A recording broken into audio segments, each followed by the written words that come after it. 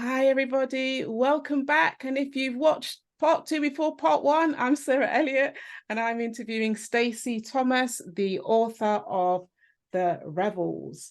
So during part one of the interview, we learned a little bit more about the book, how it came into being, and a little bit more about what the book is about.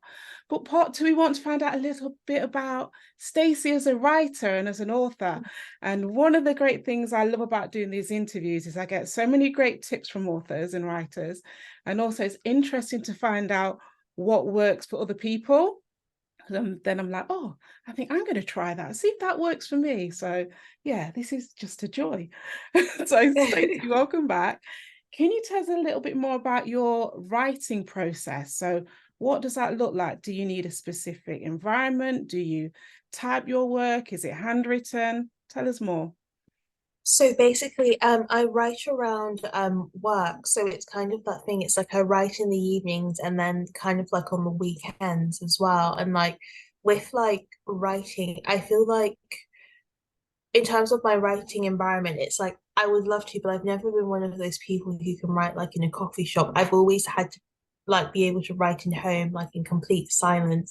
And Mm, then it's also that thing which I guess is a bit strange. And if anyone's like a chiropractor or osteopath, you'll probably just be wincing. But it's like I write in bed and I have like a bed desk as well because I feel like maybe because I spend like most of my day like at like a desk kind of like writing. I feel like if I was at a desk, like writing would start to feel like work, which can work. sometimes just be very boring. And I kind of feel like when I'm just kind of on my bed, but with my bed desk, it's like I feel like I'm relaxed and it's like so it's still able to kind of feel fun even though like there are days when it's like it can just be really painful like trying to get the story out, but it's like yeah, I feel like I do like a lot of research, so even though I try to write every day, it's kind of like I feel like since I've been like a debut and having that experience of being published, I've been a bit kinder to myself. So if there are days where it's like I'm really kind of struggling or it's like I've like hit like a roadblock, then it's like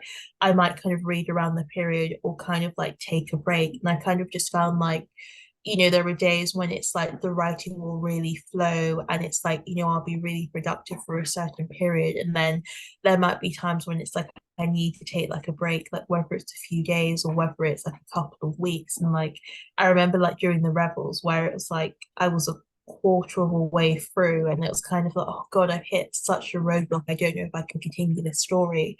And then I took a break. And then when I came back, I just felt like a renewed sense of passion because I had this idea of this completely new character. And that's kind of really kind of helped me to kind of propel the story along as well. So I feel like for me, it's kind of like try to have a routine and try to be dedicated, but like also be kind to yourself because we all know like life gets in the way. Like, Mm, sometimes there are going to be periods where, you're busy and you're stressed.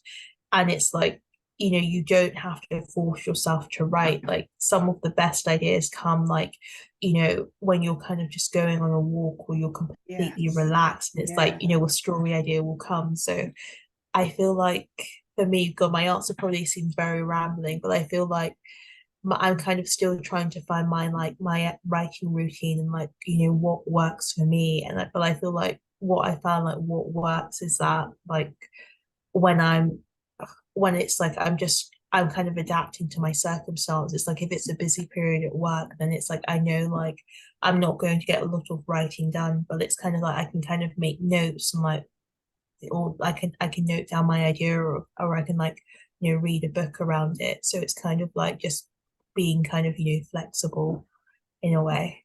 Yeah, and I think what I love about that is the acceptance of like this is life happens, and you're still working on your book, even if you're like not knocking out, I don't know, 1,000 words a day. The fact that you can work on it in a different way. So perhaps, like you said, make notes, read around the subject, go for a walk, wait for that inspiration to hit. Like, your example of, you thought about a new character that came to you, and being Yes. also realistic about your work demands as well. So knowing that, yeah, work is really busy right now. So for the moment, my writing is going to look like this, but it's not going to look like that Yes. forever. So that that acceptance, I think, is really, really key. And it's great that you've got to that place and realized that already.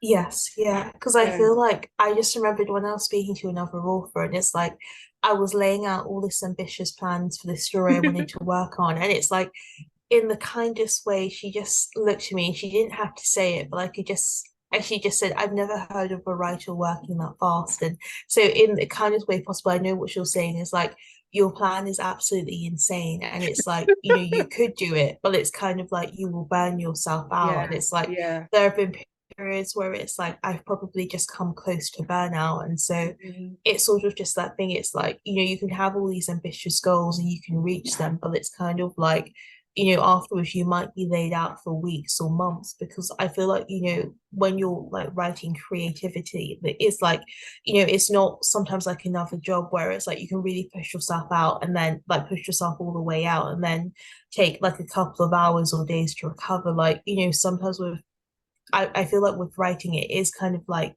it's a creative well and like Mhm. when you're just really kind of mining it at the end you just feel exhausted and it's like it feels like it just takes you ages to recover. And so I feel like it's like kind of work hard but not so hard where it's like you're just kind of like driving yourself into the ground in a way. But then I feel like it's kind of like I don't know. I feel like with writers, I feel like sometimes you see other writers who are really prolific, so it is that kind of sense of like, oh God, I should be doing more, and it's kind of like I feel like you just need to kind of just trust like what works for you as Mhm. well. So yeah, Yeah, and it's interesting that you touched on that as well because comparison is just the enemy, isn't it? It can, definitely, yeah. it can paralyze you. And I know another thing that often paralyzes writers is well, a couple of things: procrastination and perfectionism. So I don't know if you've experienced either or both of those things, and how do you address those challenges? So I feel like I have experienced both because like I kind of use the full like research as a form of procrastination in a way because sometimes like when you're writing it is kind of just scary like when you're just looking at the first kind of page and it's blank and it's like oh my God, this is the beginning of the journey, like I don't know like whether it will work out, like I don't know if the story will be the story. And then it's like even when you get to the end it's like you're facing like a lot of redrafts as well. And so Mm, I know like God, it's easier said than done, but sometimes it's like you just need to start. But then it's like I'm also one of those writers, like even when I'm writing, it's like I'll write, but then it's kind of like before a writing session, it's like I have this habit of going back from the very beginning, reading it through, tweaking it, and then going on to the next bit. And it's like I know it's bad, but then sometimes I feel like I don't know, it's like I need to just kind of go back to the beginning of the story and kind of have that flow before I can mm, continue. And so when I was writing the Revels, I just remembered I got to the end of the first draft and the first bit was a lot more polished than the second half because it's like I just been like re-editing as I'm going along.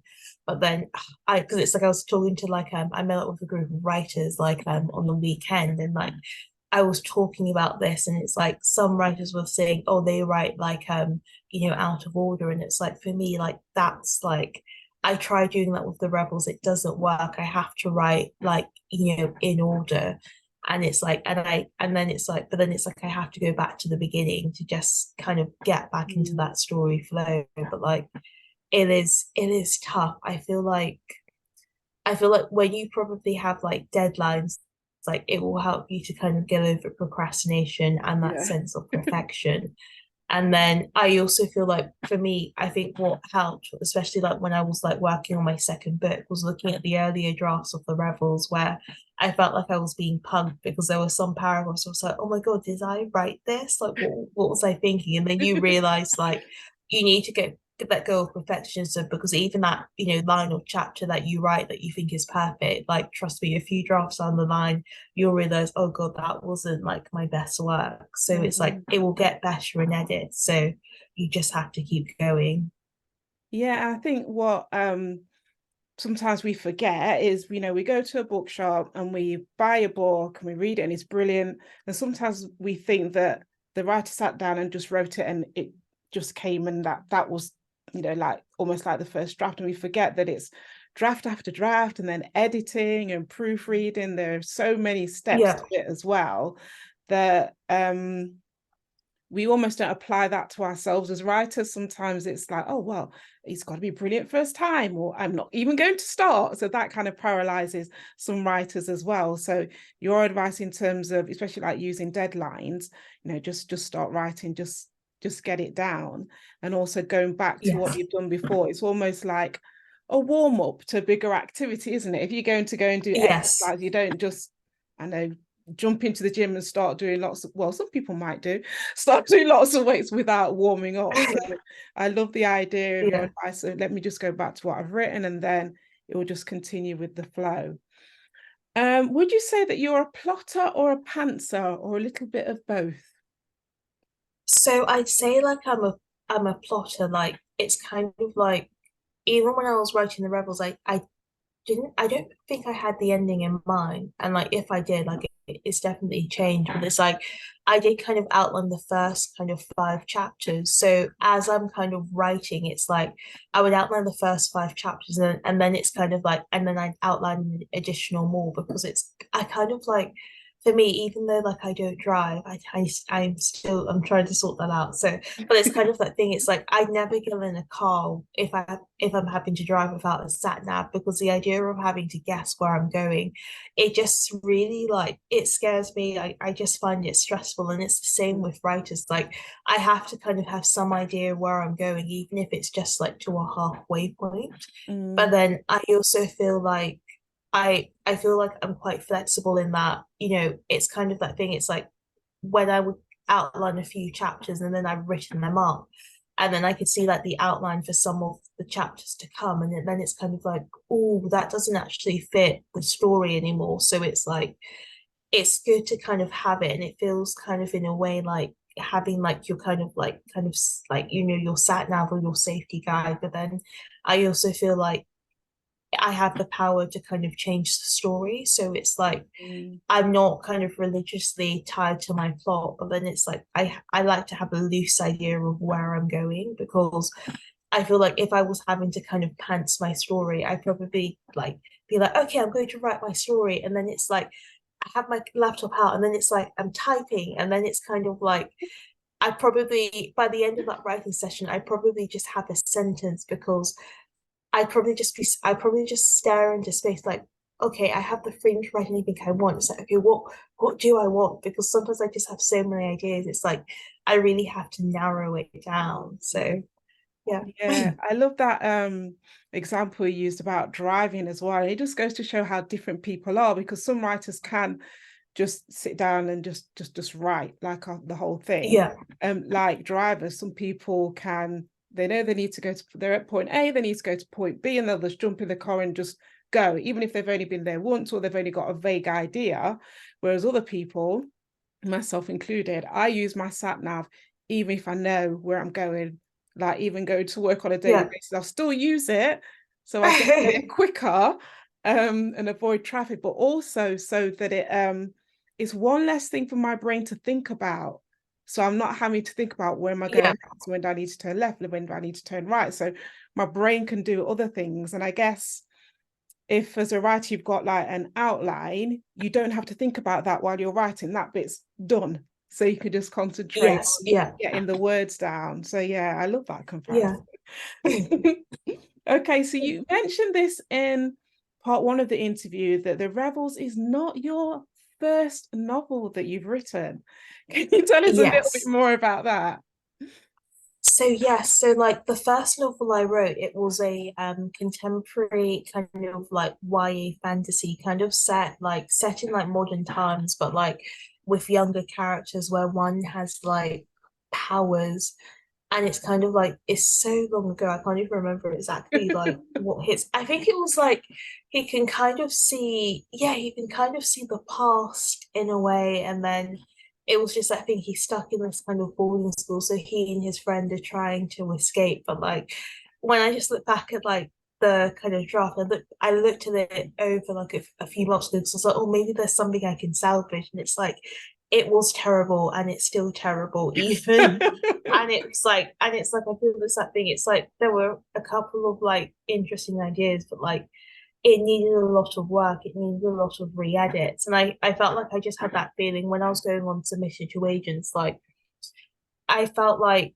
I kind of had a sense that it wasn't going to go anywhere, because it was just that thing. It's like I'd done the best with that story. It's like I just didn't know like how to shape it. And I also just felt like I had lost my passion for it the Mm, moment I sent it out. So when there was radio silence, like, obviously, like, I was like upset, but like I wasn't kind of devastated, because I feel like deep down that wasn't really the story for me. And then I felt like, looking back, I was able to just very quickly, like while I was waiting to hear back, I very quickly just started researching the Revels. And it's kind of like when I sent that out, it was a completely kind of different experience, because even though I was really nervous, and it's like I had like, I still had agents like rejecting it as well, like as even though I had like offers, from my agent Liza as well. But then I felt like I had this kind of quiet confidence, because like I was writing in the genre that I love, and it's like I felt like I finally had my voice too. So I just remember saying to a friend that, if the Revels doesn't work out, then it's like I'll give it like another go with writing, because it's like, I'd written in that genre before. I proved that I could write an historical fiction novel, and then it's that thing. It's like I would write another one again, and like luckily, it did work out, and I'm able to kind of continue writing in this genre as well. But yeah. yeah, I kind of, yeah, it's like you don't. I feel that's the thing with stories. You don't know what will work out, and like you don't know like how it will turn out until you start writing it. So it's like that's what's quite scary about it. But then I also feel like that's what's quite magical too, because you can't really predict the end result. So Mm. And lucky for us, the end result was being able to buy it and read it. So you talked about starting like the research for the Revels whilst you were like trying to submit your first book, the YA novel, and you started the Revels during the pandemic as well. So yes. from that kind of starting point to actually getting the book on shelves, what was the kind of like journey? I know I mentioned in your bio about like Curtis Brown, but there's that part of it as well in terms of like getting support, but also getting a literary agent. And after that, what was the kind of whole process? So I started like writing it during lockdown, and then with the Curtis Brown, so I got a scholarship to study at Curtis Brown Creative, and that was sponsored by the author like Claire McIntosh. She's amazing and very supportive as well. And so I would say I had the first line of the Revels done by December 2020. And then with the scholarship for Claire McIntosh, I applied for that.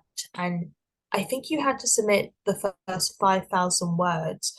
So I applied for that, and in January, I believe, of 2021, I found out like I was the winner, so I'd be studying on the course. And so I started the 6 month course in February, and at the start of the course, I had 10,000 words, and the course was amazing. But then it's like I kind of slowed down my writing, because obviously it's that thing, you're reading other people's work. But then because I was such an early stage of the novel, I felt like I was kind of making like a lot of notes. So I was really kind of planning out like my story, because it's like the kind of tutors, they were just so helpful in really kind of like helping you to like asking those questions to kind of figure out the story you wanted to tell, and like who your characters were too. And then I feel like it was in March, my sister told me to apply for the HarperCollins Killing It competition. And it's like I almost didn't apply, but she just said, oh, you should. So I submitted like my first 10,000 words to them. And in August of that year, 2021, I found out I was one of three winners. And like the reward was basically getting a free manuscript assessment, and then also like free mentoring sessions as well with Phoebe Morgan, who's an editor and also like a brilliant writer too. And at the time of that competition, I feel like I only had 40,000 words, so it was nowhere near a finished manuscript. So I had to rush to finish that manuscript in like 3 to 4 days. Mm. To kind of get it, like I think I finished it at like 63,000 words. So it was like, and I was still working around that time as well. So it was a very intense period. And I just remember sending an email to Phoebe Morgan at like 6 a.m. in the morning, just saying, "Oh, thank you so much. So sorry for the delay in sending it. Here's my manuscript." And it was like I was just tidying up, aka like like rushing to just finish it. Like, oh god, it Yeah. was so crazy. But I felt like I'm such a big procrastinator, and it's like I feel like it I feel like if you're kind of looking from when I started the research, I probably started it like in June 2020.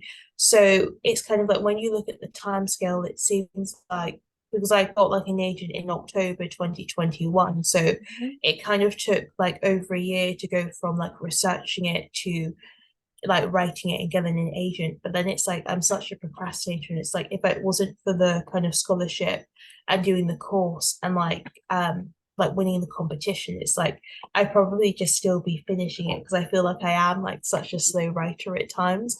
So having those deadlines, even if I don't kind of meet them, it's like is a good way to just kind of force me to kind of really like hurry it along. And then with Curtis Brown, I finished the course in August 2021, and then I went on submission in October. And then immediately, like when I met with Liza, I just had like such a good feeling about her. Like I met with her in person, and she was just really kind of lovely. And I feel like when you meet with agents, it's kind of like the first time as a writer, you feel like you kind of have the power because you have a choice with who you sign with.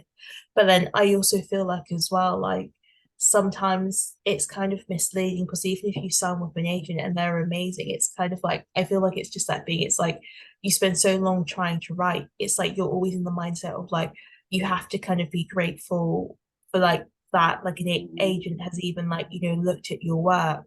And so it's that thing, it's like sometimes it's like you it should be like a collaboration, a sense that you're in Yes. this together. And it's like, so I definitely kind of felt that with Liza, like I didn't feel like she was managing me. I felt like, we were, collaborators in that sense.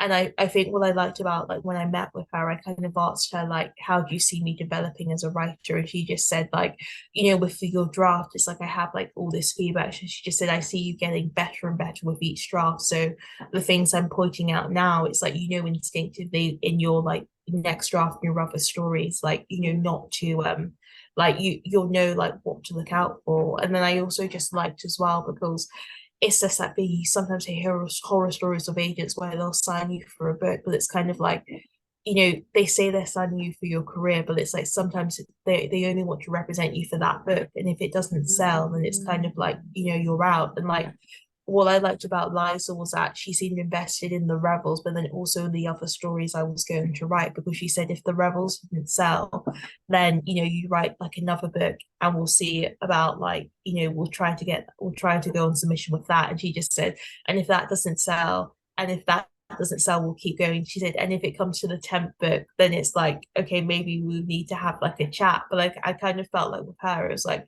she was there for the long haul. And then as an agency, she was also just saying, there have been some authors that agents have represented where it's like they've only sold in their third book. So it's like I felt like for her, like she really wanted to invest in me as an author. Like I didn't just feel like I would be disposable like if there was going to be Mm. bad news because obviously with publishing there's a lot more kind of downs than ups. So I just felt she was very like reassuring in that sense as well. And so we went through 3 rounds of edits and we went on submission in February. And then I was lucky that I had 4 editors who were interested in it. So I was able to kind of have a meeting with all the editors, and I ended up signing with Katie Seaman at HQ Stories. And like she was really amazing. And it was a tough decision, like deciding between the editors, but like I Mm. felt like Katie was like the best fit as well. So I was lucky like how it all turned out. Wow, that's amazing in terms of like your story with your agent as well. And a lot of the points that you hit on about it being like a collaboration, and you feel like she's there for like for you and your progress in your writing and not just I'm just in it for this first book and we'll see what happens. So it seems Yes. like you made a really good decision in terms of signing with her as well. And I'm sure there are a lot of quite difficult decisions to make along the way of getting your book to publication as well. What I'm curious about is what you think is your kind of greatest achievement. What are you most proud of? Is it something that you've overcome or something you've developed? I feel like probably what I'm most proud of is like basically like writing a book and like, just Yeah. working with my agent and editor to basically get like that finished version because I really love the edits and like Katie, like she's an amazing editor. And it's like I remember when I was getting the editing letter back and it was like I was kind of nodding my head and like, agreeing with all of her changes. And then I love that she kind of gave me the freedom, like even if she was making suggestions on like something that I needed to look at or to change, it was like it was just suggestions. So it's like I had the freedom whether or not to implement it, but then I had the freedom to kind of like if I didn't agree with her suggestion to think of another solution as well. And so I just remembered like I got her like editing letter was 11 pages, but then I turn it into 20 pages because it's like I'm going through it and it's like I'm making my own kind of notes on like how to respond to her suggestions. And so it was just that thing. It's like because it was like my first time doing edits, like it can seem like quite intense and sometimes impossible, like, oh God, I'm never going to get this done on time. Like there's just so much I need to change. So I feel like I was quite proud of myself for like persevering because I feel like it's just that thing. It's like sometimes publishing, it can just be so kind of emotional as well. Like when you're just kind of like, kind of going through all that. And it's like, luckily like, my team, they're very supportive, but it is like a journey. And I always like I feel like for me, like I love that sense of like when I just think it's impossible at the beginning, and then when you're on the other side of it, it's like, oh wait, I did it, and then it gives you Yeah. more confidence, like going forward and working on other stuff too.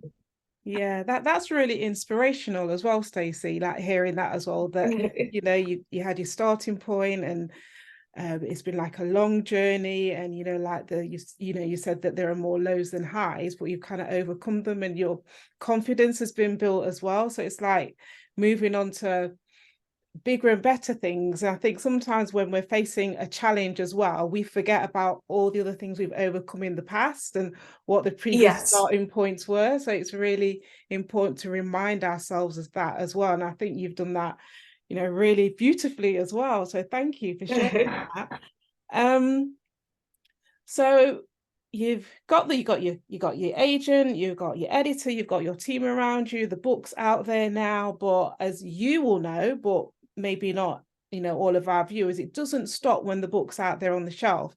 There's the whole marketing process as well. Yes. So how are you finding that and what does that kind of involve? So I'm really enjoying it. So I've been lucky enough to do like a few events at Waterstones, and like I also went down to Edinburgh to do like the Edinburgh like New Women's Festival as well. So that was like really lovely, and like the festival organizers and the volunteers, like they were just like so amazing. And then I've got two more events lined up. One on the 31st of October in Norwich on Halloween. So that will be quite fun. And I'm doing a panel event with another witchy author, Margaret Meyer.